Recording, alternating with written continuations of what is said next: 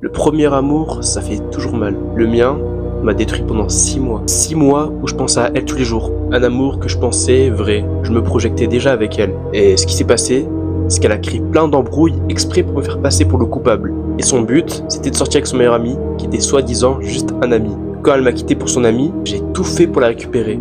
J'ai même culpabilisé pendant ces 6 mois pour remplir ce vide que j'avais en moi. J'ai enchaîné les relations, mais en réalité, ça a servi à rien. J'ai juste fait souffrir des personnes. La meilleure chose à faire dans ce genre de période, c'est d'accepter tout le mal qu'on a en nous, mais ne jamais s'engager dans une autre relation. Après ces 6 mois passés, ce qui s'est passé, c'est qu'elle est revenue vers moi pour me demander des nouvelles. Mais moi, vu que j'étais encore attaché à elle, j'ai accepté. On a commencé de nouveau à s'appeler, à jouer ensemble jusqu'à 4h du mat, 5h du mat. Jusqu'au jour où on s'est même remis ensemble pendant 1 ou 2 mois. C'était la belle vie, comme à l'époque. Mais cette fois-ci, mon attirance était différente. Comme si j'avais compris que quelque chose n'allait pas. Déjà, premièrement, j'ai été manipulé. Deuxièmement, j'étais que attaché aux souvenirs.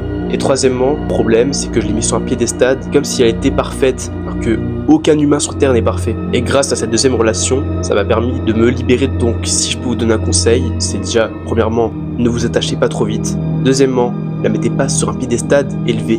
Et troisièmement, même si vous êtes attaché à des souvenirs avec elle, acceptez ces souvenirs. On peut pas l'oublier, c'est sûr, mais faut vivre avec et aller de l'avant. Alors accepte et arrête de courir derrière cette personne. Et construis-toi, ça vaut beaucoup mieux.